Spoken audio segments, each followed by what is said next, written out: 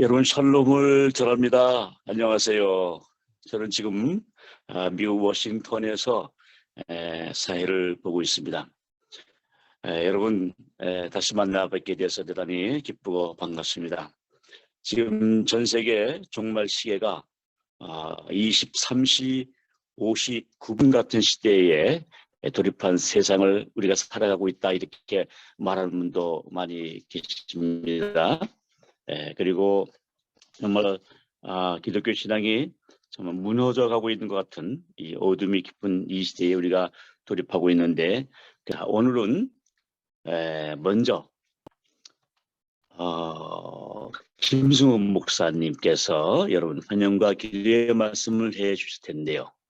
김승훈 목사님께서는 교회를 담임하고 계시고 세계 번역 운동에서 상임의장을 역임하셨습니다. 환영과 기도의 말씀을 해주시겠습니다. 김승훈 목사님 나오셔서 환영의 말씀과 기도를 부탁드리겠습니다. 예, 감사합니다. 이 양육자 스쿨에 오신 여러분들을 환영하고요. 또 이번에 귀한 이 코스를 준비해 주신 모든 준비자들, 그리고 또 이 코스를 통해서 또 할렐루야 교회에서는 그 성경대학으로 동시에 코스를 지금 밟고 있는데 그렇게 된 것을 기쁘게 생각합니다. 우리 하나님의 마음을 보면은 세대를 거쳐 하나님의 영광이 비춰지기를 간절히 원하시고 계시죠. 하나님께서 자신을 소개하실 때 나는 아브라함의 하나님, 이삭의 하나님, 야곱의 하나님이라고 자신을 소개하십니다. 언약의 하나님인 사실을 우리에게 보여주시면서 그러나 이제 그 소개 안에는 세대를 거쳐 하나님의 영광이 드러나고 주님의 나라가 선포되기를 원하시는 하나님의 간절한 마음이 있는 것이죠. 아브라함 세대를 거쳐 이삭 그리고 야곱을 통해 그러한 하나님을 우리가 믿고 따르고 있습니다. 오늘만을 위해서 교회가 존재하는 것은 절대로 아닙니다. 다음 세대를 위해 준비하는 교회가 반드시 되어야 하나님의 뜻을 제대로 실천할 수 있는 교회와 우리의 삶이 되겠지요. 그러한 의미에서 이번에 양육자 스쿨을 통하여서 10번의 그 강의를 통해 전문성을 갖고 특별히 경험이 있는 분들의 스토리를 듣게 되어서 참 기쁘게 생각하고요. 양육자 스쿨의 좋은 자료들이 나중에 한국교회를 위해서 다음 세대 전도와 선교를 위해서 귀한 베이스 코스가 되기를 바라는 마음입니다. 오늘 네 번째 강의로는 박상화 목사님께서 이제 학부모님들이 살아야 다음 세대, 우리 자녀들이 산다라는 강의를 전해주실 텐데 나름대로 기대가 되고요. 특별히 팬데믹을 지나면서 최근에 목회 데이터 연구소를 보니까 오늘날 그래도 교회에 나오는 우리 다음 세대에게 질문을 해보니까 오늘날 지금 이때 팬데믹을 지나 엔데믹이 되고 있는 이때에 자신에게 가장 큰 영향을 주는, 영적으로 가장 큰 영향을 주는 그룹이 누구인가? 압도적인 대답이 부모였습니다. 전에는 교회 전도사님들 또 교회의 어떠한 특별한 프로그램이 되었지만 팬데믹을 지나면서 이게 바뀌어진 것이죠. 부모의 역할이 그렇게 더 커졌다는 것입니다. 그런 의미에서 오늘도 귀한 강의가 될 줄로 믿고요. 여기 참석하신 한 분 한 분들 하나님의 마음을 가지고 다음 세대를 품고 20년 후에 장성하게 피어날 나무를 오늘 깊이 심어주시기를 주님의 이름으로 축복하고 부탁드립니다. 하나님 아버지, 이 양육자 스쿨을 주님께 올려드리며 여기 참석하고 있는 모든 분들을 주님의 이름으로 축복합니다.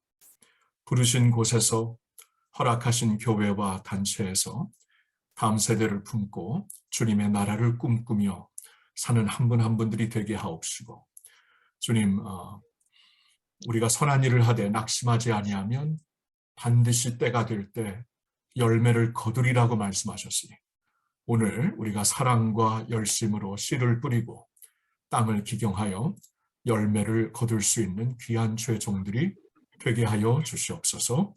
오늘 또한 귀한 강의를 통해 우리에게 도전을 주시고 다음 세대를 살릴 수 있는 그러한 저희들의 삶, 그리고 섬기는 교회, 그리고 단체가 되기를 간절히 바라오며 우리 주 예수님의 이름으로 기도하옵나이다.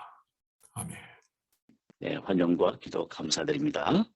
자, 이어서 본 강의를 시작하도록 하겠습니다. 자, 강의를 해 주실 분은 박재화 목사님이신데요. 미래를 사는 교회 수석 부목사님으로 섬기고 계시고 퍼포트니도 한국연합의 코디로 섬기고 계십니다. 자, 자녀가 살려면, 다음 세대가 살려면 어떻게 해야 될까요?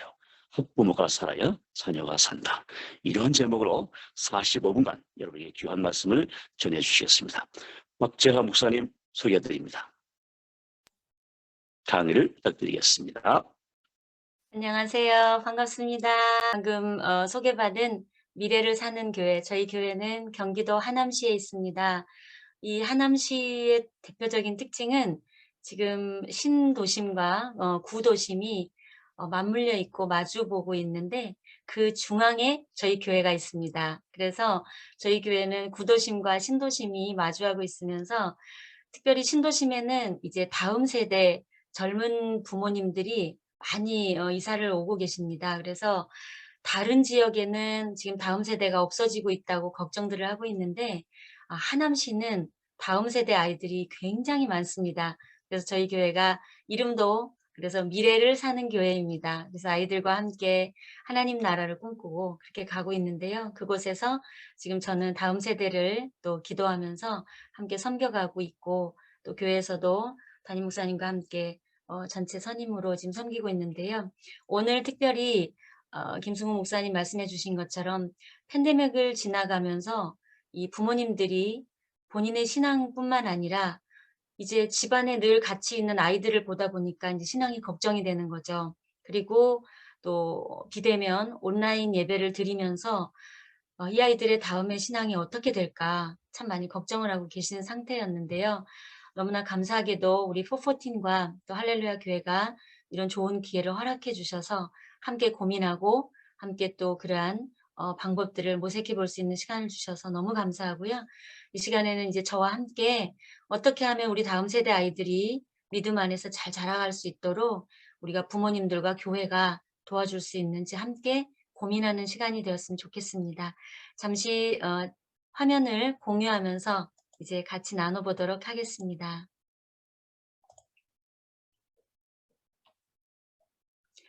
네, 제가 맡은 타이틀은 부모가 살아야 자녀가 산다 이 내용입니다.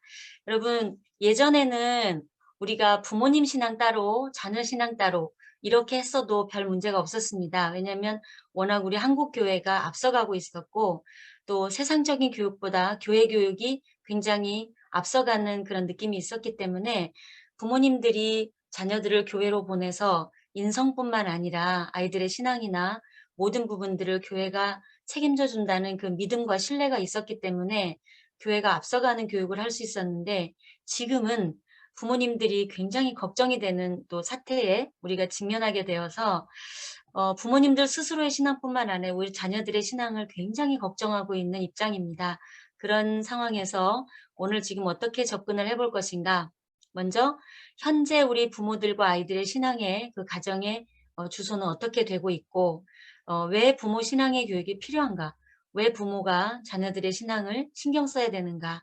그리고 나는 어떤 부모이고 또 하나님께서 말씀하시는 크리스천의 부모는 어떤 역할로 자녀들을 키워가야 되는가? 이런 내용 그것과 함께 자녀 신앙 교육의 출발을 어떤 입장에서 우리가 해야 되는지를 한번 살펴보고요. 그거에 맞는 3스텝 어떤 방향에서 같이 우리 자녀들의 신앙을 고민하고 도와줘야 되는지 그래서 실천적인 부분으로 자녀 신앙을 위한 5 미션을 한번 찾아보려고 합니다. 자, 먼저 보면은 우리 부모 교육의 현 주소와 부모 신앙 교육의 필요성이 어떻게 되고 있는가?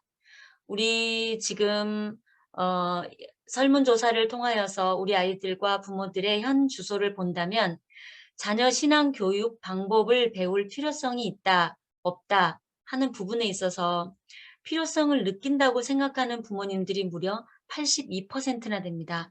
그만큼 아이들을 신앙으로 잘 키우고 싶은데 방법적인 걸 잘 모르겠다. 그리고 필요성을 절실하게 느낀다고 말하는 부분들은 오히려 아버지들보다 어머니가 더 많다는 것이죠. 이건 당연히 그럴 수밖에 없는 게 아직 우리 아이들이 성인이 되어서 독립하기 전까지는 어머니의 그 신앙 교육의 영향력이 아주 크기 때문에 이런 부분들이 실질적으로 1,500명을 대상으로 조사를 했을 때 이렇게 많은 숫자가 필요합니다라고 고백을 했던 것입니다. 그리고 또한 자녀들에게 교육하는 정도가 어느 정도인가? 이거는 물론 이제 취약 계통에 있는 자녀들 대상이기도 하고 고등학생까지 우선 한번 봤는데요. 제일 먼저 보면은 인성교육에 주로 신경을 많이 쓰고 있죠. 아이들이 뭐 예의범절이라든가 이런 부분들을 심지어 이런 걸 학원에도 보내고 있잖아요. 그리고 공부하는 부분. 당연히 우리나라 대한민국의 학습적인 부분에서 이건 어쩔 수 없는 부분이고요. 또한 더불어서 진로까지 같이 여기까지 인성과 지성과 진로까지가 대부분의 교육을 차지하고 있는 것입니다. 그리고 신앙교육에 대해서는 얼마나 하고 있는가에 대해서 점점점 갈수록 그 퍼센트가 약해지고 있는 거죠. 여기에는 이유가 부모님들이 그 내용을 몰라서도 그렇고 또한 그만큼 심각하게 생각하지 않고 있다는 이유이기도 합니다. 그러면서 더불어서 자녀 신앙교육의 걸림돌이 뭐가 되고 있는가 이런 부분에 있어서는 가장 많은 부모님들이 너무 바빠서 시간이 없다. 그러니까 부모도 바쁘고 아이들도 바쁘고 심지어 우리나라 지금 유치원 다니는 아이들이 가장 큰 스트레스가 뭔가라고 물어봤을 때 행복하냐 안 행복하냐라고 했을 때 행복하지 않다고 그랬대요. 그래서 왜 행복하지 않니? 그랬더니 하루가 시간이 너무 빨리 가고 너무 시간이 없다는 거예요. 너무나 그만큼 아이들이 학원 가고 스케줄들이 너무 많아서 좀 뛰어놀고 엄마 아빠하고 얘기하고 이런 시간이 너무 없다는 거죠. 그만큼 바쁜 시간 안에 있기 때문에 신앙교육을 할 겨를이 없다고 얘기를 하고 있다는 것입니다. 이제 뭐 나머지 부분들은 부모님이 신앙이 확고하지 않아서 이것도 큰 이유 중에 하나겠죠. 부모님이 이따 뒤에 나오겠지만 자녀들의 신앙의 제1 책임자 그리고 신앙의 주체자는 부모잖아요. 그런데 이 부모가 구원의 확신이라든지 또 자녀들의 신앙교육의 방법이라든지 이런 걸 몰랐을 때 마음은 안타까운데 어떻게 해줘야 될지를 모르니까 그런 부분도 책임 이유 중에 하나로 들어가고요. 아까 얘기한 것처럼 구체적인 방법을 정말 모르겠다. 그냥 성경만 읽혀야 되느냐 아니면 집에 데리고 앉아서 기도만 해줘야 되느냐 이런 내용들을 모르겠다고 하는 내용들이 무려 상위권을 다 차지하고 있다고 봅니다. 그러면서 자녀 신앙교육의 구체적인 방법인지 여부에 대해서 물어보면 그래도 교회를 다니고 있는 부모님들의 입장에서는 자녀 신앙교육의 구체적인 방법을 그래도 대충은 안다. 이렇게 대답하는 분들이 그나마 있어서 감사하고요. 신앙교육의 훈련을 받은 경험이 있는가에 대해서는 27%밖에 없다는 거예요. 그만큼 지금 현재 우리 한국 교회에서 교회 학교는 그동안에도 많이 존속이 되어 있고 지금도 이어지고 있는데 그런 곳에서 부모가 자녀를 신앙으로 키우는 교육 훈련을 제공해 주고 있는 교회는 그렇게 많지 않다는 것입니다. 앞으로도 이런 걸 우리가 봤을 때 정말 부모님들의 신앙 교육을 해주는 체계적인 훈련원이라든가 또 시스템이 정말 필요하다는 것을 우리가 절실하게 느끼게 되겠죠. 그래서 이러한 부분들을 토대로 보더라도 정말 자녀들을 잘 키우기 위해서는 부모님들이 먼저 신앙의 주체자로 잘 서야 되겠다는 것, 그것을 우리가 깨닫게 되는 것입니다. 자, 우리 아이들을 예수님은 굉장히 축복하십니다. 성경에서도 이곳저곳에 자녀들을 축복하고 어린아이들을 축복하는 예수님의 모습이 나와 있지요. 그렇다면 이 예수님은 우리 아이들이 어떤 축복의 그 은혜를 입고 살기를 원하는가? 물론 예수님께서 다이렉트로 아이들을 축복해 주시기도 합니다마는 우리 아이들 주변에 부모님과 또 목회자들과 선생님들과 그리고 이 아이들이 성장하는 학교, 이 많은 곳들을 우리 친구들을 두고 이 아이들이 이곳에서 축복을 받으면서 잘할 수 있도록 통로로 사용하고 있다는 것이지요. 그런데 우리가 이 그림을 보고도 느끼듯이 예수님 외에 지금 나머지 축복의 통로로 있는 분들이 정말 주님 앞에서 저희는 충분히 잘 해주고 있습니다. 충분히 주님이 말씀하시는 것만큼 우리 아이들을 축복하고 신앙으로 잘 키우고 있습니다. 라고 대답해 줄 만큼 우리가 자신감이 있게 자신 있게 대답해 주지는 못한다는 생각이 많이 들거든요. 그래서 이런 부분들을 한 번 더 우리가 고민하자는 것이죠. 자, 부모 교육의 개념은 우리가 좀 더 기독교 교육학적인 개념으로 살펴보도록 하겠습니다. 이 부모 교육이라는 말은 부모가 참여하는 것, 그리고 부모가 직접적으로 개입하는 것, 그리고 부모가 지지해 주는 것, 부모의 역할하는 것들을 얘기합니다. 그래서 부모라면 우리가 엄마만 얘기하는 것이 아니라 반드시 엄마와 아빠, 두 양육자가 교육을 통하여서 이 자녀들이 가지고 있는 하나님이 주신 잠재력과 또 하나님 주신 그 소질, 은사들을 밖으로 이끌어내서 이 아이들이 이 세상 가운데에서 신앙으로, 믿음으로 든든하게 승리자로 서가는, 이 세상 가운데서 예수님의 제자로 서가는 것들을 발굴하고 찾아내고 지지해 주는 것이 부모다. 그러기 위해서 그런 부모들을 교육해 주는 것이 부모 교육이다. 라고 개념을 하고 있습니다. 이거는 기독교 교육학적으로 부모 교육이 뭐냐라고 했을 때, 그렇기 때문에 부모 교육에서 우선 중요시한 거는요, 중심은 자녀들입니다. 부모는 조력자이고, 그래서 자녀가 하나님께서 그 아이들을 이 땅에 보내신 목적이 반드시 있는데 그 목적대로 잘 자랄 수 있도록 부모들이 어떻게 지지를 해줘야 되고 어떻게 양육해줘야 되는지를 교육해주는 것, 이것이 부모 교육이라는 것이죠. 자, 그렇다면 성경적인 부모 교육은 어떻게 하는 것을 성경적인 부모 교육이라고 하는가? 성경에서도 보면 우리 예수님이 잘하시는 그 부분이 또 누가복음에도 잠깐씩 나오고, 마리아가 어떻게 하는지, 그 다음에 또 사무엘을 한나가 어떻게 키우는지, 이런 부분들이 간간히 나오기는 합니다. 성경적으로 부모는 어떻게 자녀를 양육하는가 할 때 보면 누가복음 2장 52절의 말씀에 보면 예수는 그 지혜와 그 키가 자라가며 하나님과 사람에게 더 사랑스러워 가시더라. 이렇게 우리는 단순히 그냥 평면적으로 많이 읽고 가요. 그리고 특히 우리 어린이들을 축복할 때, 자녀들을 축복할 때 이런 자녀가 되게 해달라고 많이 기도하잖아요. 그렇죠? 그런데 이 속에 좀 더 깊이 우리가 부모 교육적인 입장에서 본다면 전인적인 교육상이 나타나고 있습니다.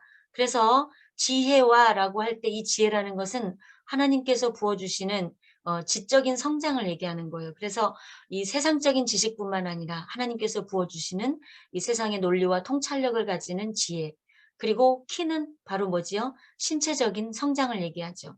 그리고 하나님과 사람에게 사랑스러워가다는 게 이게 본문적인 표현인데, 먼저는 하나님께 사랑스러워가고 사람들에게도 사랑스러워간다는 두 개의 문장이 하나로 되는 거죠. 그래서 하나님께 사랑스러워가는 것은 영적으로도 건강하게 성장을 하는 것이고요. 사람들에게 사랑스러워가는 건 사회적인 성장을 이루어간다는 것입니다. 그렇기 때문에 이 네 가지를 다 보면 지적으로도 신체적으로도 영적으로도 사회적으로도 건강한 자녀로 성장해 갈 수 있도록 키워가는 것, 이것이 성경에서 말하는 부모 교육이라는 것입니다. 우리 부모들이 과연 자녀들을 이렇게까지 염두에 두고 키워가는가, 우리가 한번 이 말씀 앞에 묵상하면서 돌아봐야 될 필요가 있다는 생각이 들고요.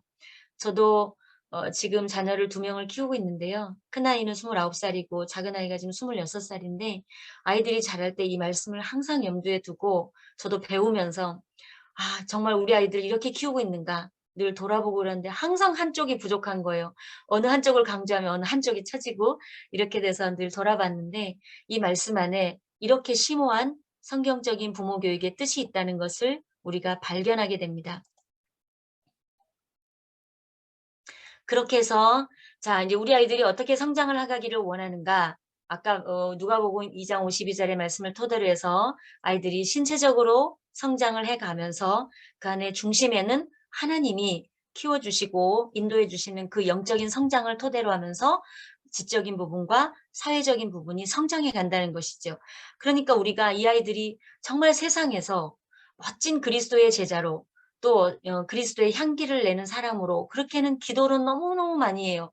간절하게 기도해요. 그런데 자세히 보면 지적인 성장만 강조하는 부모가 있는가 하면, 또 너무 신체적으로만 신경을 쓰는 부모가 있는가 하면 반대로 또 모든 것은 다 배제하고 영적으로만 아이들을 키워가려는 또 그런 부모들이 있고 하는데, 오늘 하나님께서는 이렇게 아이들이 전인적으로 건강하게 그렇게 자라기를 바라고 있는 것, 그걸 염두에 두고 키워가는 것이 진정한 부모 교육이라고 말씀하고 있습니다.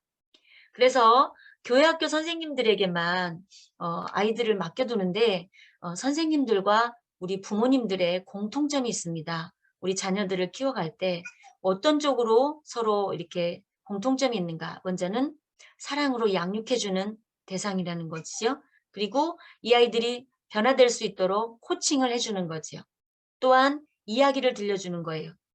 어떤 이야기? 예수님에 대한 이야기, 하나님에 대한 이야기, 무궁무진하게 들려줄 수 있겠지요. 또한 이 아이들이 곁길로, 다른 길로 가지 않도록 보완해주는 비평가의 역할 또한 하고 있다는 것입니다. 그리고 이 아이들의 인생이 어떻게 걸어가는 것이 바른 진리 가운데서 걸어가는가 늘 연구해주는 과학자의 역할도 감당하고 있다는 것입니다.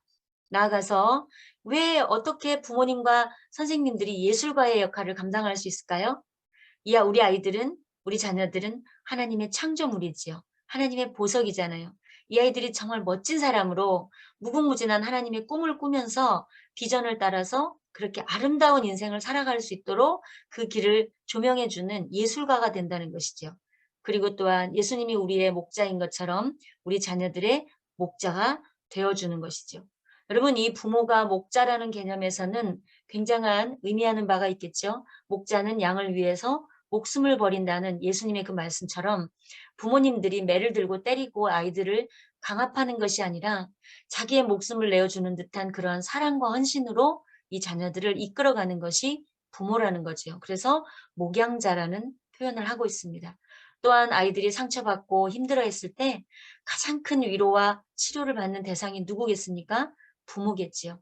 어디 가서도 누구에게도 위로를 받거나 그렇게 못하는데 우리 자녀를 품고 안고 그 아이의 마음을 쓰다듬어 주면서 예수님의 말씀과 예수님의 사랑으로 어루만져 줬을 때 그 아이의 상처는 바로 치유가 된다는 거지요. 또한 이 아이들이 이 세상을 따라가는 것이 아니라 이 세상 가운데서 하나님의 나라를 이루어갈 수 있는 하나님 나라의 혁명가로 자라날 수 있도록 그 길을 열어주는 것 또한 부모라는 것입니다. 지금은 이론을 여기까지 했습니다. 제가 부모 교육이든 무슨 교육이든 할 때 저도 정말 싫어하는 게 이론 교육입니다. 그런데 먼저는 바탕이 되고 우리가 이제 그 다음에 실전적인 걸 해야 되기 때문에 여기까지 이론을 했습니다. 부모는 어떤 존재이고 어떻게 하는지. 그렇다면 이제 우리가 한번 돌아볼까요? 그럼 나는 어떤 부모인가? 자, 여기에서부터는 자녀가 대상이 뭐 미취학부다, 취학부다, 청소년이다 이게 아닙니다. 장년 세대의 자녀를 둔 부모도 모든 부모는 부모이기 때문에 내가 하나님을 믿는 부모라면 내 자녀들에게 나는 어떤 부모인가? 이걸 우리가 한번 돌아보면서 그 부모의 역할도 같이 찾아보도록 하겠습니다. 자, 3가지 그림이 있죠. 여러분, 이 그림이 상징하는 게 뭔지 한번 보시겠습니까? 먼저는 종교적인 부모예요. 우리가 아마 60, 70년대 부모님들이 이런 부모님이 굉장히 많았을 것 같아요. 우리 한국 교회도 이제 우리에게 기독교가 들어오고 그렇게 하면서 부모님들이 그동안의 유교적인 문화에 우리가 이제 지배를 받고 있다가 기독교가 들어오고 나니까 이 유교와 기독교가 혼합이 돼가지고 하나님을 믿고 하나님을 사랑하는 경외하는 방법을 유교적인 방법으로 하신 분들이 많이 있어요. 그래서 굉장히 율법적으로 교리적으로 이렇게 자녀들을 양육한 태도가 있었던 거죠. 그래서 특별히 자녀들이 가장 많이 상처를 받은 부분이 가정 예배잖아요. 그죠? 부모님들은 사랑해서 이 아이들에게 가정 예배 드리는 걸 가르침으로 하나님을 경외하는 자녀가 되기를 원하는데 자녀들은 이것 때문에 하나님을 떠나버리고 싶어 했잖아요. 왜 그러느냐? 너무나 율법적으로 종교적인 부모의 입장만 보여줬던 거예요. 강압하고 집에 와서도 꿇어 앉아서 예배 드리게 하고 또 말씀 듣다가 졸면은 야단치고 뭐 억압하고 그랬잖아요. 혹시 여기에 그런 부모님들도 계실 수 있잖아요. 그렇죠? 그렇기 때문에 이런 종교적인 부모가 과연 하나님께서 우리 아이들이 잘 자라는데 잘한다고 말씀해 주실지 우리가 또 한번 생각해 볼 만하고요. 두 번째는 너무나 세상적인 교인 부모. 여러분 이 타이틀 한번 보시겠어요? 세상적 교인 부모. 뭔가 이상하지요? 세상이면 세상이고 교인이면 교인인데 세상적인 교인 부모예요. 그러니까 엄마가 아빠가 성경책 들고 교회는 잘 다니세요. 예배도 너무 거룩하게 잘 드리세요. 교회 가면 그렇게 거룩한 부모님이 있을 수가 없어요. 그런데 집에만 오면 교회 문만 닫고 나오면 성경책은 액세서리인 거죠. 아주 세상적인 가치관을 가지고 자녀들을 대하는 부모님이 있다는 것이죠. 그래서 특별히 아이들에게 성공해라. 무조건 성공해라. 너는 돈 많이 벌어가지고 성공해서 큰 집에서 그렇게 떵떵거리고 살아라. 이 세상적인 금욕감, 물질관을 심어주고 그래서 이 만몬주의로 살아갈 수 있도록 자녀들에게 부모가 성경책을 들고 그렇게 가르치는 부모 그리고 자녀들을 기도해 주면서도 무조건 성공하기를 바라고 다른 사람을 경쟁으로 해서 이기게끔 하는 그럼 이 자녀들은 무슨 생각이 들겠어요? 교회에서 배울 때는 그게 아닌데 하나님은 그게 아닌데 우리 엄마 아버지는 집에 오면 이 세상적인 것만 가르치는구나 이렇게 생각하고 있는 그런 부모 그걸 가지고 세상적인 교인 부모라고 하는 것입니다.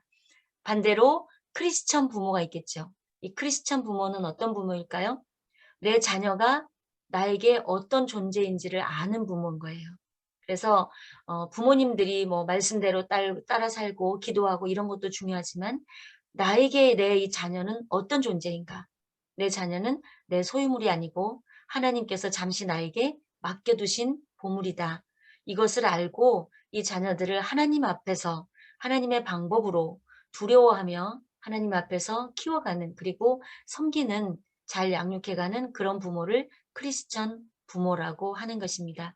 한번 마음으로 대답해 보실까요? 여러분은 어떤 부모이십니까? 그리고 자녀를 양육하셨다면, 자녀들이 다 컸다면 이 자녀들이 어렸을 때 나는 어떻게 우리 아이들을 키웠는지 그리고 이제는 손주, 손녀가 또 크고 있잖아요. 손주, 손녀를 나는 어떻게 키워갈 것인지 자, 계속해서 그렇다면 크리스천 부모는 이제 어떻게 자녀를 양육하라고 어떤 역할을 해야 되는지 하나님께서는 신명기 6장 4절에서 9절의 말씀을 통하여서 분명히 말씀해 주고 있습니다. 이 자녀를 믿음 안에서 키우려고 할 때 첫 번째 부모가 먼저 하나님을 사랑하라고 얘기하고 있어요. 늘 강조하지만 부모는 하나님을 사랑하지 않고 형식적으로 율법적으로 교회를 다니고 신앙생활을 하면서 내 자녀가 하나님 앞에서 바로 자라기를 바라는 것은 어불성설이겠죠. 그래서 내 믿음이 하나님 앞에서 내가 정말 하나님을 신실하게 그렇게 믿고 또 신앙생활하고 이런 게 아니다라는 생각이 들면 부모님이 먼저 하나님 앞에서 깨어지고 무릎 꿇고 나아가서 변화되기를 소망합니다. 이런 부모님이 됐을 때 자녀들은 부모님의 뒷모습을 보고 자라는 것입니다. 그리고 나서 자녀들에게 가르치는 거예요. 하나님은 이런 분이다. 우리는 하나님 앞에 이렇게 살아야 된다. 여러분, 이 순서가 왜 부모님이 먼저 하나님을 사랑해야 될까요? 박상진 교수님이 쓰신 책에도 보면 성경적인 부모, 하나님 나라 학습법 이런 책에도 많이 보면요. 어떻게 돼 있냐면 부모님이 하나님을 경외할 때 자녀는 자연스럽게 하나님을 경외하게 된다고 나와 있습니다. 그렇기 때문에 부모님이 자녀들 앞에서 나는 오늘 하나님께서 이렇게 내가 기도하고 그러는데 하나님과 이런 은혜를 경험했다. 이런 얘기들을 너무나 자연스럽게 해줄 수 있는 부모가 돼야 되는 거예요. 그러니까 교육은 자녀들에게 칠판에 써서 하는 교육이 아니라 그냥 삶으로 전해주는 교육이 돼야 되잖아요. 부모가 하나님을 사랑하는 그걸 들려주고 부모님이 하나님을 얼마나 간절히 원하는지를 말해서 태도에서 행동에서 드러나야 된다는 거예요. 이게 가르쳐주는 교육인 것입니다. 그리고 성경을 놓고 같이 얘기할 때 이거 봐라. 엄마의 아빠의 하나님은 이런 분이다. 이게 이제 교육이 되는 것입니다. 장성한 자녀들에게도 마찬가지죠. 자녀들하고 통화하고 할 때도 무슨 얘기를 해야 될까요? 오늘 월급 얼마 받았니? 또 뭐 너 카드빚 얼마 나왔니? 이런 거는 안 물어봐도 돼요. 부모가 자녀들하고 얘기할 때는 오늘도 엄마 아버지는 널 위해서 기도했다.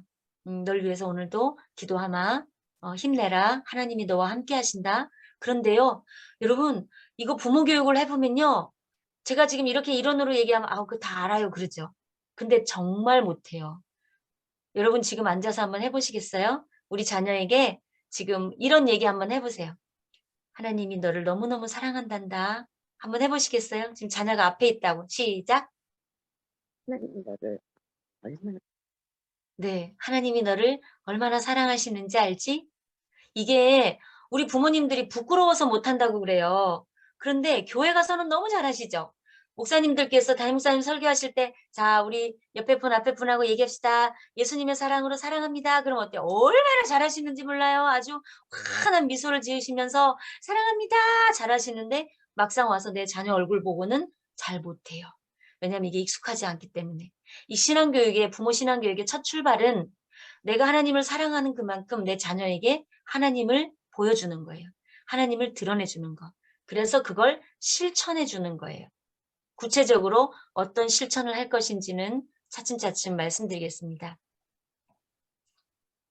자, 부모가 신앙으로 자녀를 잘 키우기 위해서 지금 들으면 뭐 자꾸 부모한테만 뭐라고 그러네. 엄마 아빠만 무슨 죄인이야 이럴 텐데요. 지금 아마 이 자리에는 부모님들도 계실 테지만 각 교회의 대표분들도 계실 거고요. 또 교회의 선생님들이나 책임자분들도 계실 줄 믿습니다. 그래서 늘 얘기하는 것은 저는 이제 교회들로 가서 이렇게 부모 세미나나 또 교사 세미나 같은 걸 할 때 욕을 먹더라도 항상 이 얘기를 하고 있어요. 자녀 신앙교육을 바로 하기 위해서는 이 쓰리 스텝이 반드시 협조를 해야 된다. 첫째는 뭐냐면 부모님의 결단. 나는 내 자녀를 하나님 앞에서 키우겠습니다. 하나님 앞에서 바로 키우겠습니다. 하는 부모님의 결단과 교회 학교가 움직여줘야 돼요. 부모님이 열심히 아이를 교회에다 데려다 놨는데 교회 학교 선생님들이 연구도 안 하고 기도도 안 하고 준비도 안 하고 그래서 그냥 대충대충 아이들에게 소홀하게 해서 1시간 그냥 어떻게 해가지고 대충 보내고 그런다거나 또는 교회가 담임 목사님과 장로님들과 장년부 교회가 다음 세대에 관심도 없고 애들 뛰어다닌다고 나무라고 또 뭐 교육부서에서 재정 많이 쓴다고 맨날 그거 가지고 잔소리하고 심지어는 예산을 깎아버리고 이러면요, 여러분, 이 아이들의 신앙교육은 가정까지 흘러가서 결국은 부모님들이 힘들어져요. 왜냐하면 이 아이들이 교회에 한 번 나와서 1시간 예배를 드리고 간다고 하지만 이 씨앗이 교회에서도 자라게 되잖아요. 교회 와서도 이 아이들이 믿음의 씨앗, 양육의 씨앗을 받고 가기 때문에 이 교회에서 행복해가지고 그 씨앗을 가지고 부모님과 함께 연합해서 자라는 거예요. 그런데 지금 보면 교회는 가정 탓하고 있고 가정은 교회 탓하고 있고 약간 이런 분위기예요. 이러면 아이들만 피해를 봐요. 그렇기 때문에 교회와 가정이 함께 빨리 손을 잡고 움직이는 교회가 그 가정이 아이들이 신앙으로 행복하게 자라게 되는 것입니다. 그래서 혹시라도 지금 이곳에 계신 분들 중에서 우리 가정은 열심히 지금 아이들을 데리고 하려고 하는데 우리 교회가 또는 우리 교육부서가 조금 부족한 것 같다. 조금만 더 정성을 쏟아주면 좋겠다라고 하면 당당하게 요구하셔야 됩니다. 왜냐하면 자녀 신앙교육의 제1의 주체는 부모님이에요.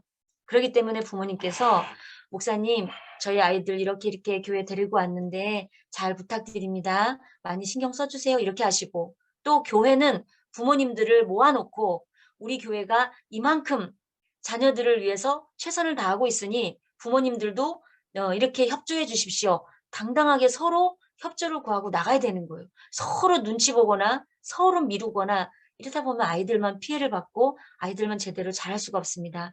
그래서 늘 강조하고 부탁드리는 것은 이 3스텝 부모님의 결단과 그 부서의 협조와 교회의 적극적인 지원이 이루어질 때 우리 아이들이 신앙 안에서 바르게 자란다는 것을 꼭 기억해 주시기를 바랍니다. 왜 부모 신앙 교육인데 교회 학교하고 교회가 연관이 있지? 아니에요. 부모님들 혼자만으로는 안 됩니다. 그래서 꼭 도와주시기를 부탁드립니다. 계속해서 자녀 신앙교육을 위한 5 미션이 있어요. 이것은 우리 자녀들을 이제 잘 키우자고 하는 부모님들에게 제가 부탁드리는 거거든요. 이제 잔소리 같은 시간인데 왜냐하면 이게 실제로 아이들에게 적용되는 부분이에요. 지금까지는 좀 더 제가 전체적인 부분으로 얘기를 했다면 지금부터는 이제 좀 구체적으로 실천 사항으로 들어가기 때문에 교회 학교 선생님들이 계시다면 부모와 학부모 교육할 때 좀 이런 부분들을 우리 교회 학교는 이게 좀 강화됐으면 좋겠다. 이런 부분이 좀 더 구체적으로 됐으면 좋겠다. 이런 부분을 좀 해주시면 좋겠고요. 또 부모님들이 계시다면 나는 이 부분이 좀 약하다. 그러니까 이걸 해야겠다. 이런 것들을 좀 기억해 주시기를 부탁드립니다. 이 내용은 예수님의 교육 방법이라는 이론에서 발췌했고 그것을 정리를 해서 함께 나누고 있고요. 각 교회마다 저희 교회뿐만 아니라 교회마다 이걸 실천했을 때 아이들의 신앙 성장이 많이 보였던 것입니다. 첫 번째는 늘 강조하지만 삶을 통한 교육이라는 것입니다. 부모의 신앙 교육은 절대 이론으로 되지 않습니다. 그래서 아이들에게 부모님들이 책을 갖다 놓고 앉아서 같이 읽고 토론해서 되는 게 아니고 내 부모의 신앙, 내 부모님이 어떤 신앙을 가지고 살아가고 있는가, 이게 첫 번째 신앙이에요. 그렇다면 부모님은 이 삶을 어떤 부분을 보여드리고 싶은가, 내 삶에 수많은 영역들이 있는데 그중에서 어떤 걸 내 자녀들에게 보여주고 싶나. 저는 제가 사역을 하던 중에 저희 엄마가 천국으로 가셨어요. 그날이 금요 예배 날이었는데요.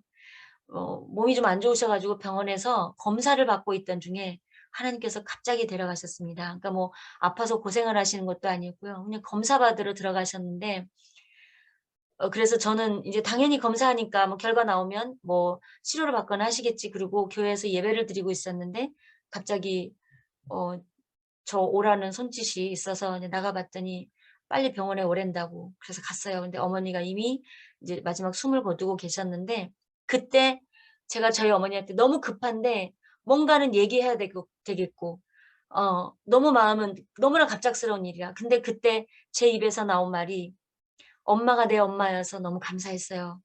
엄마가 내게 이렇게 귀한 신앙을 물려주셔서 가장 감사했어요. 그 말을 했습니다. 정말 제 평생에 저희 엄마를, 저희 아버지를 기억할 때 가장 감사한 건 물질적인 거든 지식적인 거든 재물이 아니라 이 귀한 신앙, 그리고 하나님 나라를 위해서 복음 전하는 사람으로 저를 써줄 수 있도록 저를 키워주시고 그 자리에 양육해 주신 그 사랑이 가장 감사했어요. 그게 우리 부모님이 삶으로 보여준 것이었기에 제가 목회자의 길을 가도 행복하겠다, 너무나 영광스럽겠다 이 생각을 하고 갈 수 있었거든요. 여러분, 우리가 삶으로 보여주는 교육이 그 어느 것과도 비교할 수 없는 가장 값진 신앙 교육입니다. 그래서 부모님들이 나는 뭘 보여줘야 되나? 기도하는 모습을 보여줘야 되나? 아니면 성경 읽는 걸 보여줘야 되나? 하나씩 부모님들이 작정하시고 보여주시기를 바랍니다. 그리고 그것을 본을 보이셔야 돼요. 예를 들어서 나는 우리 자녀들에게 예배자가 되기를 원한다. 그러면 부모님이 열심히 예배를 드리셔야 돼요. 그런데 어느 날은 예배 드렸다가 어느 날은 등산 갔다가 어느 날은 모임 있다고 빠졌다가 핑계대고 아이들에게 뭐 합리화해가지고 막 그렇게 얘기하면 애들이 모르는 것 같아요. 3살부터 애들이 다 판단한대잖아요. 이제 3살 되면 눈으로 보고서 우리 엄마 거짓말이다, 우리 아빠 위선자 같네, 이게 다 안다는 거예요. 그러니까 본을 보여줘야 되는 거예요. 그러면서 아이들이 저게 예배 드리는 거구나 이렇게 깨달을 수 있도록. 그리고 또 한 가지는 자녀들이 신앙으로 바르게 자라려면요. 제가 지금 볼 때 동그라미가 제일 크죠, 여러분. 왜 그럴까요? 우리 부모님들이 가장 못하는 게 이 공감해 주는 거예요. 그러면서 하는 말이 나 원래 그렇게 생겨먹었어 이렇게 얘기하신대요. 어쩔래? 니네 엄마 아빠 이렇게 생겨먹었는데 어쩔래? 이런데요. 근데 하나님께서는 우리를 얼마나 공감해 주십니까? 예수님이 우리를 얼마나 공감해 주세요. 이걸 우리도 자꾸 훈련해야 돼요. 공감해 주는 거. 자, 지금 한번 따라해 볼까요? 자, 공감해 줄 때 첫 번째 첫 마디는요. 한번 해볼게요. 그랬구나. 한번 해보실까요? 그거 지금도 못 하시잖아요, 여러분. 다시 해볼까요? 그랬구나. 그렇죠. 고개 끄덕끄덕 하면서 절대적으로 공감해 주는 거예요. 그러면 내 아이가 예를 들어서 오늘 교회를 빠졌어요. 근데 부모님이 다 알고 있어요. 예배를 안 갔어요. 그래서 아이가 저녁에 와가지고 엄마, 아버지, 제가 오늘 사실 뭐 이렇게 해가지고 교회를 못 갔어요. 이렇게 이제 얘기를 해요. 그래서 예배 못 드렸어요. 그러면 우리나라 부모님들의 80%는 잘한다, 잘해. 그래, 해봐라. 막 이런다는 거예요. 그리고 애가 뭐 때문에 예배도 못 드리고 이랬는지 묻기도 전에 이미 판단을 하는 거예요. 너 뭐 그래가지고 뭐 예수님이 뭐 너 잘 키워줄 줄 알아? 이제 막 저주를 퍼붓는 거예요. 화가 나니까, 감정으로. 그런데 그거 이전에 무슨 일이 있었니? 묻고 어쨌든 부모님이 생각할 때 정말 잘했든 못했든 간에 첫 번째 무조건 그랬구나. 그랬구나. 이 공감을 해줄 때 아이들의 마음이 부모님에게 확 다가오는 거예요. 그리고 나서 죄송해요라고 나오는 거예요. 그 절차가. 그런데 공감이 절대 안 되고 일단은 판단을 하고 정죄하고 이러면 미안한 마음이 들더라도 어떻게 해야 돼요, 여러분? 쏙 들어가 버리죠. 그리고 윽박지르고 같이 싸우게 되잖아요. 그러면서 그게 한 번, 두 번, 세 번 같이 이제 중복되고 쌓이면 엄마 아빠 때문에 교회 안 다녀. 이렇게 돼요. 그래서 엄마 아빠가 결국 자녀 신앙을 실족해 하는 그런 사람이 돼버리거든요. 그러지 않기 위해서는 정말 공감을 잘 해주셔야 돼요. 이 예수님이 우리를 어떻게 공감해 주는지 나 자신을 보면 알잖아요. 이런 나를 예수님은 끝까지 정죄 안 하고 공감해 주잖아요. 아, 그랬구나. 그래서 오늘 예배 빼먹고 등산 갔구나. 이렇게 공감해 주시잖아요. 그래서 저절로 회개를 하게 하고 깨닫게 하고 예수님 앞에 돌아오게 하잖아요. 이런 교육을 하라는 거죠. 속 터져서 못하겠다고 그래요. 막 부모님들. 자존심 상한다고. 왜 자녀들에게 자존심이 상해요, 우리가. 우리는 하나님의 심부름꾼인데요. 그리고 그거를 대화를 하는 거예요. 자, 이제 엄마랑도 얘기해볼까? 아버지랑도 얘기해볼까? 그렇게 대화할 때는 아이 메시지로. 내 마음. 너가 그러니까 이게 아니라 너가 오늘 이래서 이게 아니고 아버지는, 엄마는 오늘 마음이 되게 상했어. 너가 교회에서 보이지 않아가지고 궁금하기도 하고 마음이 많이 상했어. 걱정도 됐고. 그런데 너가 이 마음을 좀 알아줬으면 좋겠어. 그러니까 내가 속상한 걸 얘기하는 거예요, 그냥.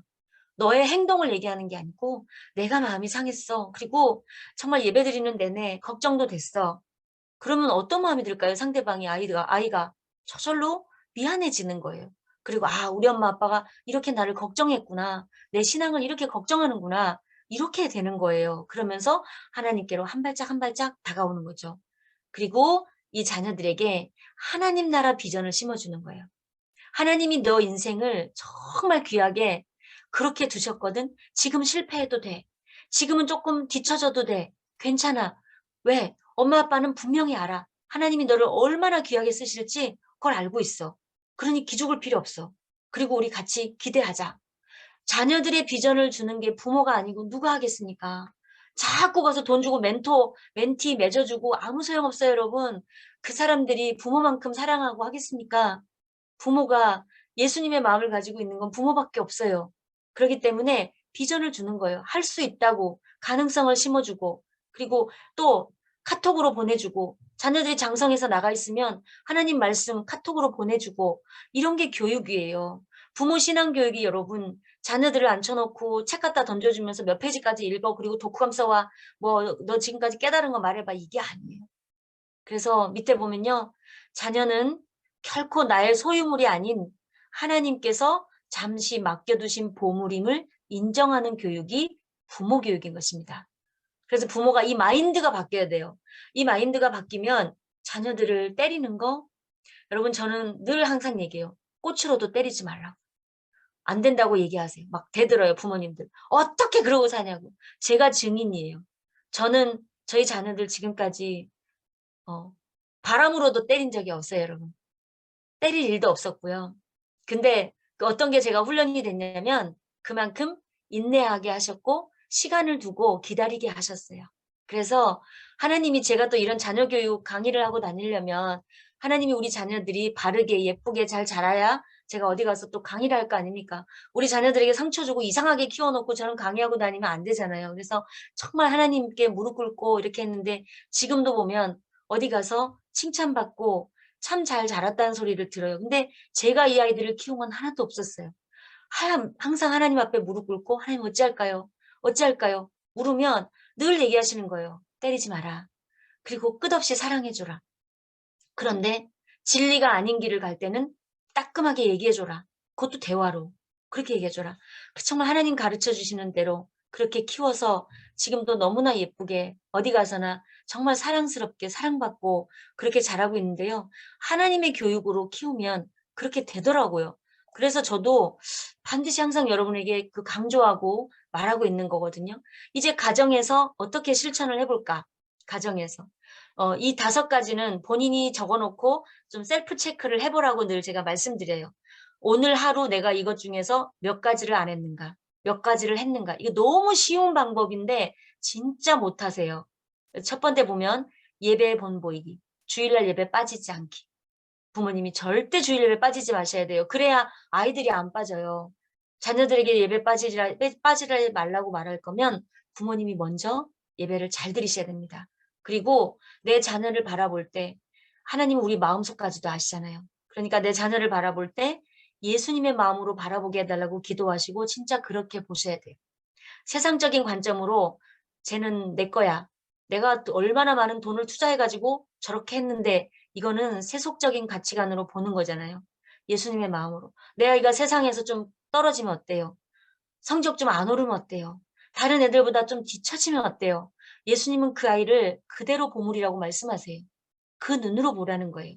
그리고 축복하는 말을 반드시 정해가지고 해줘야 돼요. 저희 가정은 아이들에게 늘 하는 말이 있어요.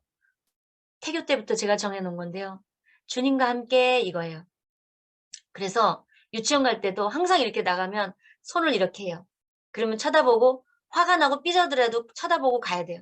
주님과 함께 그러면 엄마가 웃고 인사하면 씩 웃고 가요. 근데 제가 이스라엘 성지순례를 갔을 때 거기서 이제 성지순례 중이라 우리 아이에게 전화를 못했어요. 근데 우리 아이가 그 말 안 해준다고 지 아침에 유치원 가야 되는데 엄마가 이 말 안 해준다고 전화를 해가지고 전화해다 대고 엄마 빨리 말해줘야지. 그래서 전화해다 대고 주님과 함께 이래줬었어요. 근데 29, 26 지금도 해요. 지금도. 통화하고 하면은 항상 아이들도 이제는 저한테 엄마 주님과 함께 저도 주님과 함께. 그런데 여러분 주님과 함께라고 인사하면서 그 속에서 이거 저 자식 이거 이 소리가 나오겠어요? 안 나온단 말입니다. 그래서 축복하는 말을 반드시 사랑해 아니면은 뭐 축복해 내가 정말 아이에게 해주고 싶은 말을 정해놓고 해보는 거예요. 결혼한 자녀도 마찬가지예요. 해보시고 그리고 자녀를 안고 기도해주기.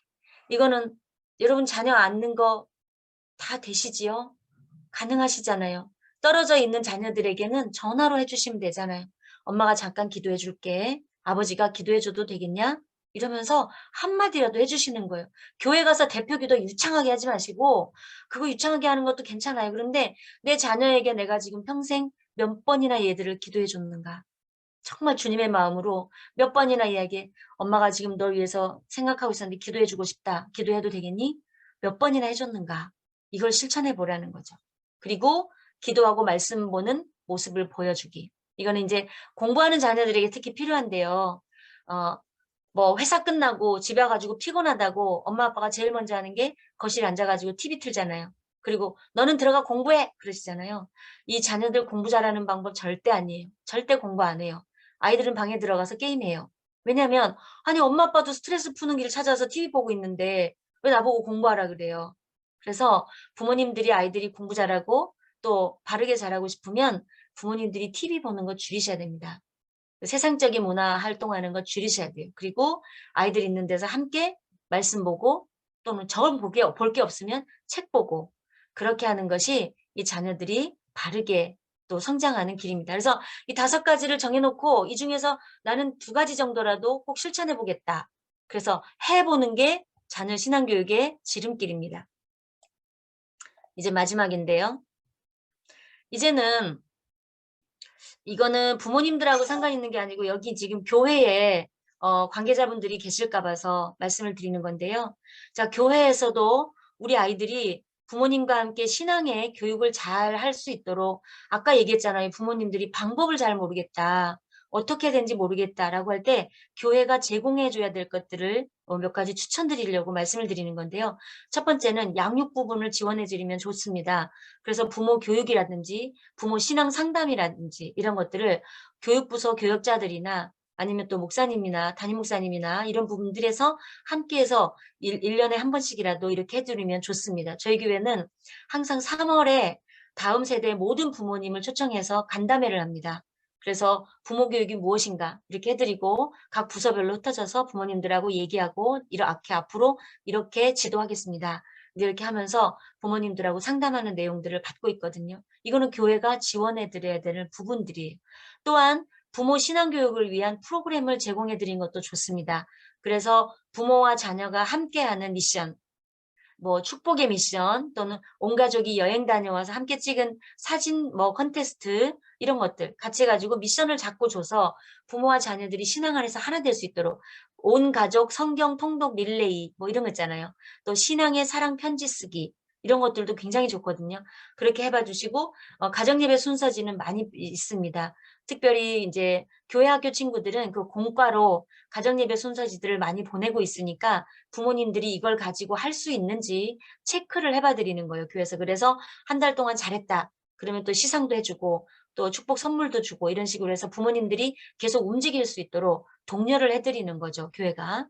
그리고 정보를 많이 공유해 드리세요. 교회가 부모님들의 신앙 성장을 위해서 이런 세미나를 합니다.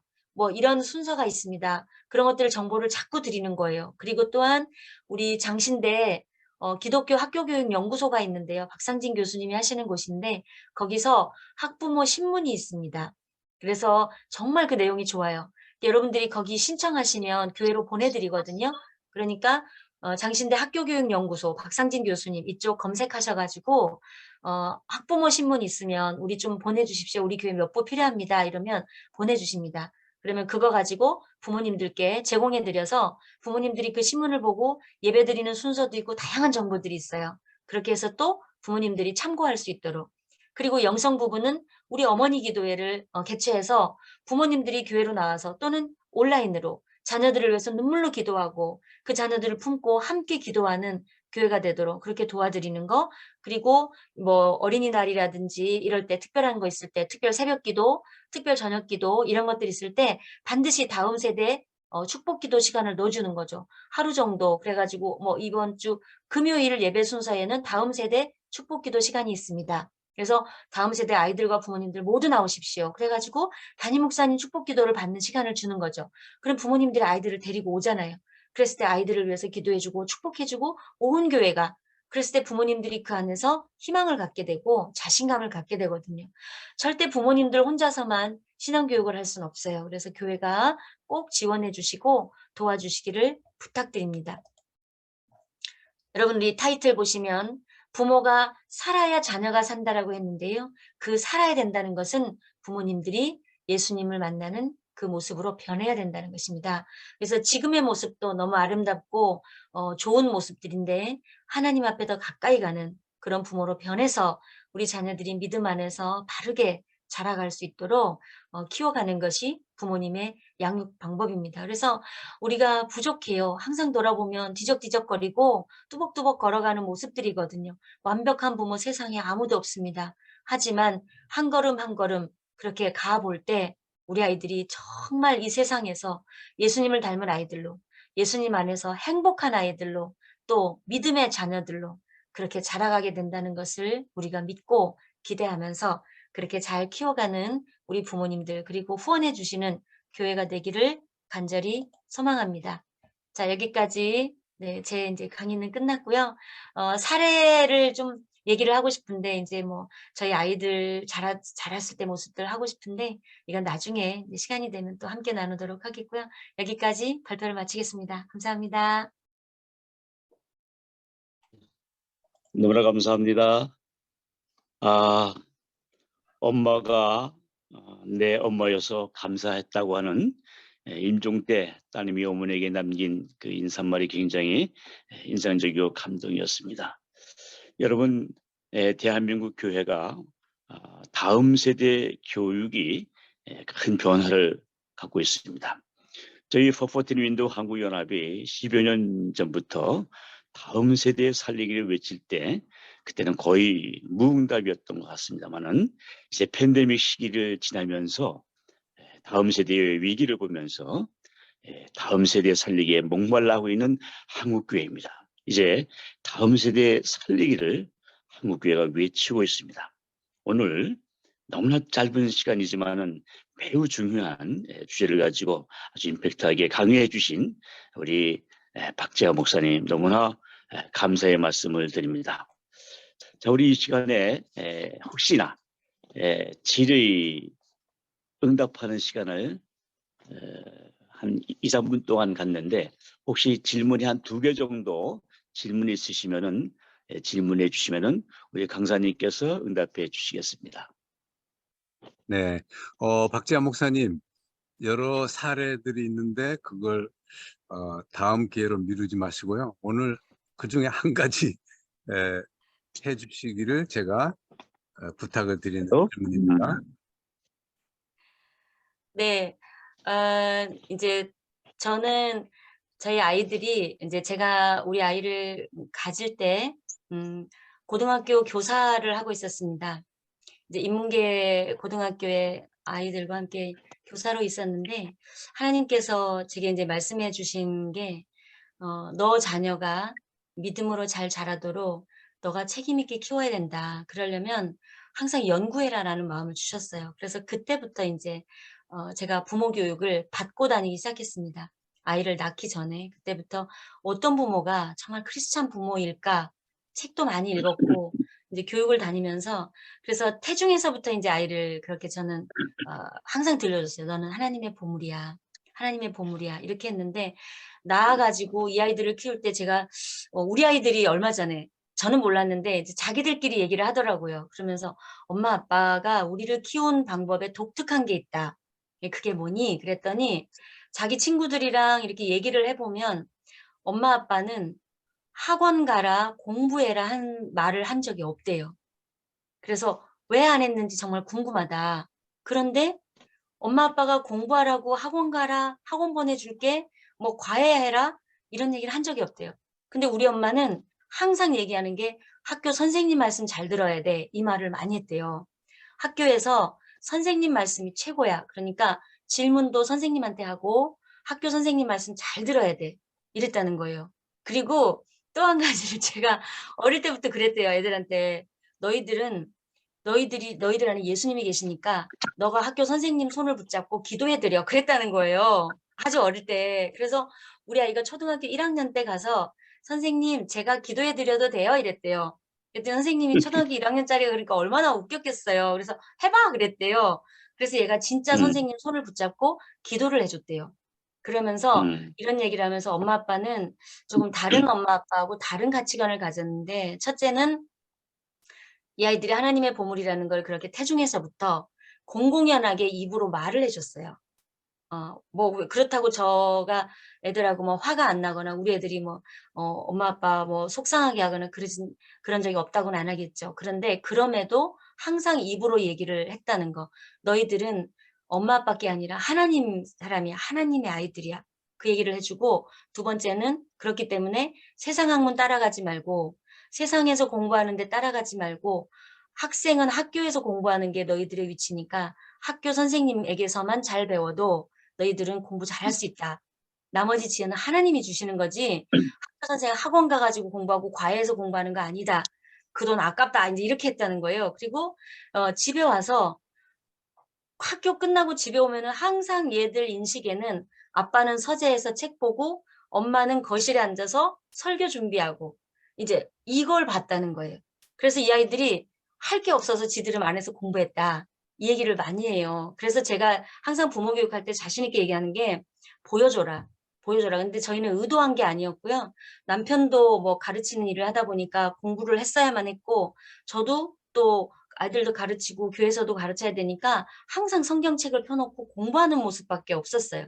그래서 아이들이 인제 자연스럽게 공부했다는 거. 그게 분위기가 그렇게 갔다는 거. 근데 저희들은 그때 키울 때는 그걸 뭐 작정하고 그렇게 했거나 그러지는 않았어요. 그리고 인제 세 번째 하나는 아까도 얘기했지만 항상 저는 입으로 얘기했어요. 아이들하고 밥을 먹을 때도 "있잖아. 오늘 하나님이 정말 이런 일을 하셨다. 학교에서 이런 일이 있었어." 이렇게 막 전했어요. 그러면 한 번은 우리 아이가 그 고등학생 때 우리 큰애가 듣기 싫다고 그러더라고요. "엄마 듣기 싫어." 이랬어요. 그래서 그랬어?" 그러면서 "엄마는 그래도 할 말이 이거밖에 없는데?" 그랬어요. "엄마가 다른 할 말이 없는데." 그랬더니 "엄마도 세상 엄마들처럼 다른 얘기 좀 해 봐." 이랬어요. 그래서 '무슨 얘기를 할까?' 근데 진짜 할 말이 없는 거예요. 그래 가지고 "엄마는 근데 이 말할 때가 제일 행복한데?" 이제 이렇게 얘기를 했는데 저희 아이들이 그게 진심이라고 이제 받아들여 준 거예요. 그래서 우리 엄마 아빠는 집에서도 교회에서도 가짜가 아니고 진짜로 그래서 항상 우리 아이들이 저한테 뭐라고 했냐면 "엄마는 진짜 목사님이야." 그 소리를 많이 해요. "우리가 인정해. 엄마는 진짜 목사님이야." 이 얘기를 할 때 "그 진짜가 뭔가?" 이랬는데 아이들은 친구들끼리 얘기를 한대잖아요, 자기들끼리 앉아서. 그런데 "우리 엄마 아빠는 가짜 믿음이야." 인제 이런 얘기들도 한대요. 자기들끼리 앉아 가지고 교회에서만 거룩한 척하고 집에 오면은 "아니다." 이런 얘기를 하는데 저희 아이들이 그걸 가지고 저희를 많이 위로해 줬어요. 엄마 아빠의 신앙은 진짜다.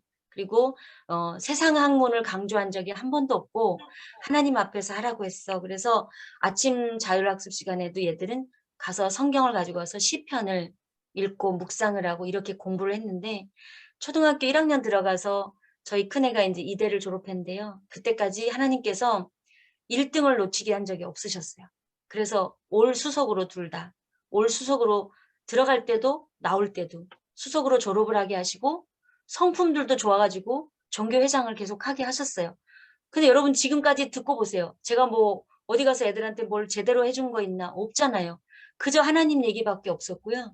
하나님이 키워주신다고 너희들은 하나님의 보물이라고 그거 얘기밖에 해준 게 없어요. 속상하면 화나고 그럴 때도 저는 얘기했거든요. 하나님께서 너희들을 잘 키우라고 했는데 엄마가 지금 그걸 잘 못해서 엄마가 더 기도해봐야 될 것 같고 고민해봐야 될 것 같아. 진짜 그렇게 속상했거든요. 어떻게 해야 될지 몰라서. 그런 식으로 얘기를 했어요. 그러다 보니까 하나님께서 이 아이들을 그래서 심지어 학교에 학부모 회장 엄마가 저한테 와서 어떻게 이 아이는 들어올 때도 수석, 3년 내내 수석, 졸업할 때도 수석이냐 노하우를 알려달라. 근데 전 똑같이 얘기했어요. 여러분 하나님 믿어보세요. 저는 하나님밖에 없습니다. 그랬더니 저한테 재수없다고 그러더라고요. 그래서 그렇게 하고 끝내고 그런 적도 있어요. 여러분 하나님이 그렇게 키워주셨습니다. 너무 제가 이야기를 오래 하는 것 같아서 여기까지만 그만하겠습니다. 제 자랑이라고 생각했다면 죄송해요, 여러분. 제가 표현을 잘 못한 잘못입니다. 네. 아, 그랬구나. 네. 여러분 그래서 네, 제가 질문은 이제 얘기하고 싶은 거는 정말 자녀는요, 여러분 우리의 실력으로, 우리의 돈으로, 우리의 환경으로 절대 잘 키워지는 거 아니에요. 그냥 저도 경험으로 알았지만 하나님께서 키워주시더라고요. 하나님께서. 그래서 우리가 그 믿음으로 그렇게 키웠으면 좋겠다 하는 마음이 간절합니다. 이상입니다. 네, 너무나 감사합니다. 여러분 또 질문을 시간상 다 많이 받을 수는 없어서 너무나 아쉽습니다만은 질문을 아직 감추고 계신 분들은 앞으로 이 포퍼틴 윈도우 한국연합 사역에 함께 동참하시면서 질문 한번 풀어보시기를 바랍니다. 자, 이어서 포퍼틴 윈도우의 상임 대표로 수고하고 계시는 우리 허종학 선교사님께서 광고의 말씀을 해주시겠습니다. 네, 반갑습니다. 조금 전에 박재화 목사님께서 재수 없어 그런 말을 어느 분이 하셨다고 그러는데요. 오늘 우리 참 운이 좋은 것 같습니다. 재수 있습니다. 네, 강의 들으신 분들 표정을 보니까 아주 행복해 하시는 것 같아요. 드디어 발견했다. 네, 그런 느낌을 제가 받을 수 있을 만큼 여러분의 표정이 참 좋았습니다. 너무 오늘 귀한 강의 해주셔서 정말 진심으로 감사드리고요. 몇 가지 이제 지금 진행되는 중에 광고를 드리고 그 다음에 조별 나눔으로 가겠습니다. 오늘 참 귀한 강의 감사드리고요. 여러분들 지금 4번째 들으셨는데요. 앞으로 6번밖에 안 남았어요. 네, 끝까지 화이팅입니다. 다음 주에는 쉐마 교육의 전문가이시고 한국의 이 과천 약수 교회가 가장 유명합니다. 그 쉐마 교육과 부모의 역할. 우리 이번에 아시지만 의도적인 부분 좀 있습니다. 가정 친화적인 교회, 또 부모에 관련된 부분, 우리 자녀들을 어떻게 축복할 거냐 하는 그런 내용들이 이 강의 중에 지금 4번째 쭉 이어지고 있는 것을 여러분 눈치채시는지 모르겠습니다. 설동주 목사님을 여러분 기대하시고 꼭 많이 와주시기 바랍니다. 그리고 이제 이것을 못 들으신 분들 오늘 최고의 시청률을 보였습니다. 참여율을 보였습니다. 92명이 이렇게 최고로 참여를 하셨는데요. 이제 그 강의를 못 들으신 분들이 유튜브로 들을 수 있다는 걸 아실 것입니다. 제가 유튜브로 이번에는 조금 바쁠 것 같아요. 내일 모레가 바빠서 월요일까지는 유튜브를 올리도록 하겠습니다. 강의 수강 자가점검하는 제도도 있고 하니까요.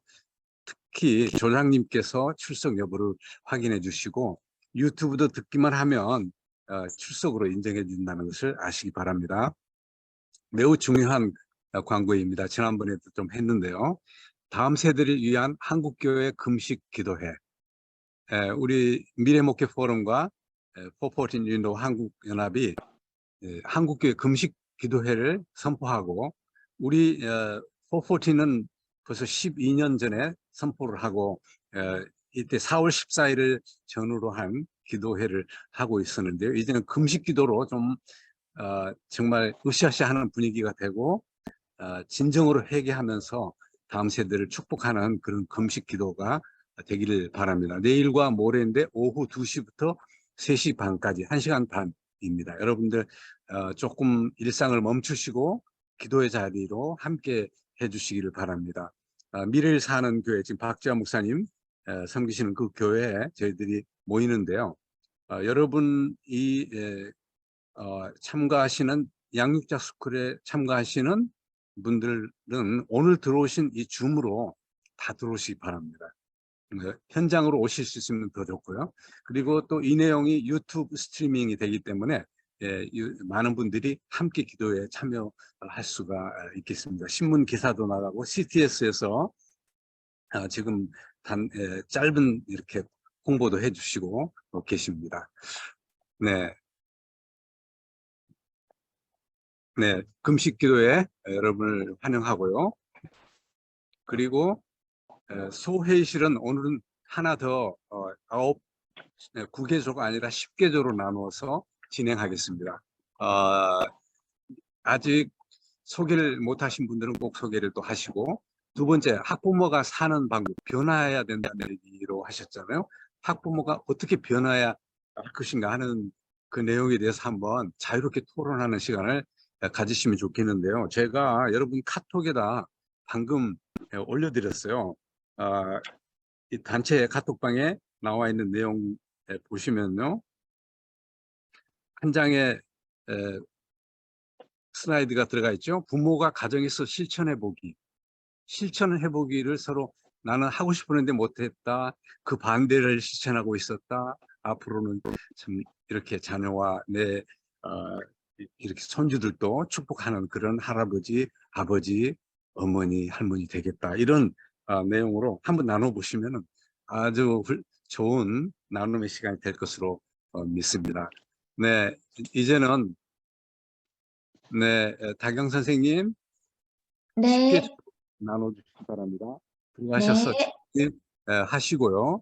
대신 30분 동안만 하시고 좀 시간이 모자라면 40분 하셔도 되는데 40분 넘지는 마시기 바랍니다. 너무 밤이 늦으면 또 여러 가지 불편이 있기 때문에 40분에는 다 꺼지도록 그렇게 세팅을 해놨습니다. 감사합니다.